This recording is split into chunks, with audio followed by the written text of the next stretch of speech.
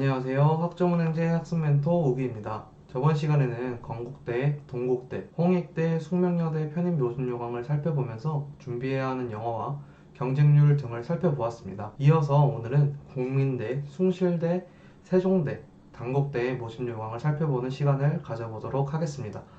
중간중간 질문할 게 있는 분들은 댓글을 달아주시거나 연락 주시면 답변해 드리도록 하겠습니다. 국민대학교에 일반 편입을 지원하기 위해서는 정규대학교에서 2학년 이상 수료하고 지원하는 학과에 따라 65학점에서 68학점 이상 취득했거나 전문대학교를 졸업했으면 지원이 가능하고 학음제를 이용하는 학습자분들이라면 전문학사 학위를 가지고 있거나 학사학위 과정 중 80학점 이상을 보유하고 있으면 지원이 가능합니다. 학사 편입을 지원하기 위해서는 4년제 졸업자이거나 학사학위를 취득해 주어야 합니다. 국민대학교 인문계의 경우에는 1단계는 영어 고사를 통해 진행이 되고 2단계에서는 전적대학교 성적을 같이 보는 식으로 전형이 진행이 되며 자연계열은 학과에 따라 다르지만 1단계에서 영어 고사와 수학 고사가 진행이 되고 2단계에서는 전적대학교 성적을 같이 보는 식으로 전형이 진행이 됩니다. 건축학부와 예체능 계열의 경우에는 필기고사가 없는 대신 실기고사가 진행이 되고 면접이 있는 학과도 있으니 지원하고자 하는 학과에 따라 알맞게 준비해 주시면 되겠습니다. 숭실대학교에 일반 편입을 지원하기 위해서는 정규대학교에서 2학년 이상 수료했거나 전문대학교를 졸업했으면 지원이 가능하고 학은제를 이용하여 준비하는 학습자분들이라면 전문학사 학위를 가지고 있거나 학사학위 과정 중 70학점 이상을 보유하고 있으면 지원이 가능합니다. 학사 편입을 지원하기 위해서는 4년제 졸업자이거나 학사학위를 취득하셔야 합니다. 숭실대학교의 경우 인문계열, 경상계열, 건축학부 중 일부 학과는 영어 시험 100%로 전형이 진행이 되고 면접이나 정적대학교 성적을 보지 않고 있습니다. 자연계열 역시 영어와 수학 50대 50으로 전형이 진행이 되고 있고 면접이나 전적대 성적은 보지 않고 있습니다. 단 동점자 처리 기준을 살펴보면 인문계열, 경상계열, 건축학부 중 일부 학과는 첫 번째로 영어 고 배점 문제 다 정답자를 보고 두 번째로 전적대학 성적 우위자를 보며 자연계열의 경우에는 첫 번째로 수학 성적을 보고 두 번째로 수학 고 배점 문제 다 정답자를 확인하며 세 번째로 영어 고 배점 문제 정답자를 확인, 마지막으로 전적대학교 성적 우위자를 확인합니다.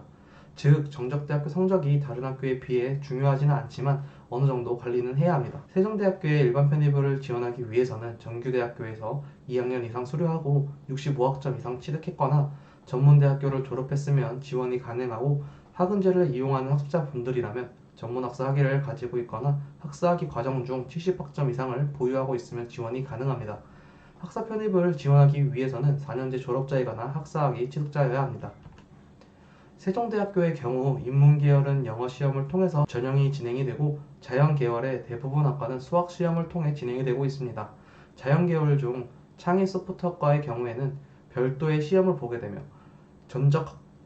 전적대학교 성적과 포트폴리오 그리고 면접까지 진행이 되고 있습니다. 모집 요강을 확인해 보면 영어와 수학 그리고 별도의 시험의 출제 유형이 나와 있으니 준비하고자 하는 학과에 맞춰서 미리 확인하면 되겠습니다. 세종대학교 역시 인문계열과 자연계열은 전적대학교 성적과 면접이 동점자가 나오게 되면 전적대학교 성적을 본다는 점을 확인해서 준비하시면 좋겠네요.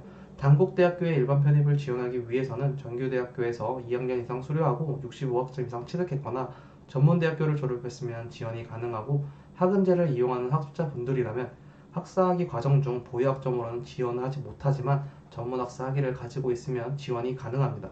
학사 편입을 지원하기 위해서는 4년제 졸업자이거나 학사학위 취득자여야 합니다.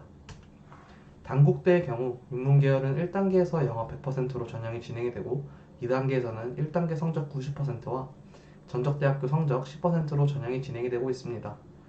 자연계열의 경우에는 1단계에서 영어와 수학을 보고 있고 2단계에서는 전적대학교 성적을 보지 않고 1단계 성적만으로 전형이 진행이 되고 있습니다.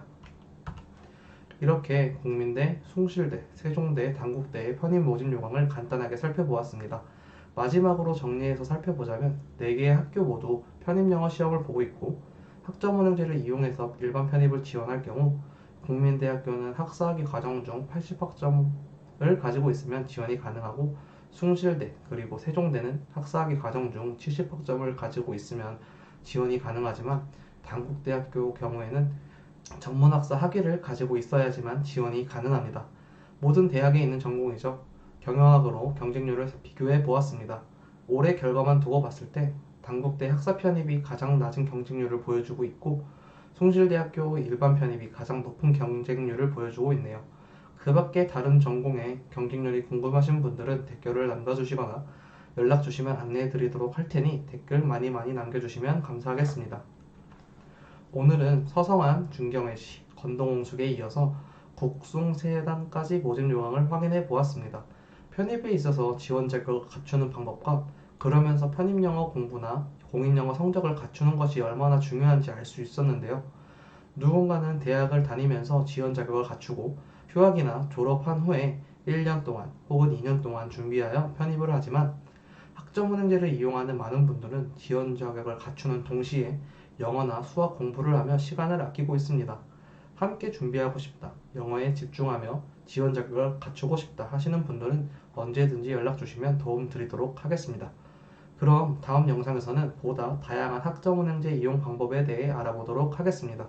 학점은행제 바르게 빠르게 학점은행제 학습 멘토 우기였습니다.